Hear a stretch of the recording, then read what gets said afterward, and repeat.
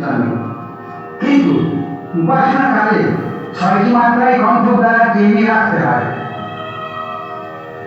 সমবেত উপাসনা কালে একমাত্র ওঙ্কার বিগ্রহেই উদার ব্যতীতে থাকবেন। কেননা ওঙ্কার সর্বমন্ত্রের প্রাণ, সর্বমন্ত্রের সমন্বয় এবং সর্বতত্ত্বের স্বীকৃতি।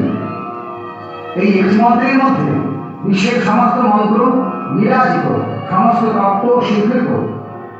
সুতরাং ওঙ্কার বিগ্রহ পূজার আসনে বসে আর অন্য কোনো বিগ্রহ বা প্রতিচিত্রে সেখানে থাকার কোনো প্রয়োজন নেই। আর নানাবিধ বিগ্রহ বা প্রতিচিত্র এক জায়গায় জড়ো করলে কৌলিন্য অকৌলিন্য নিয়ে দ্বিধা আসবে।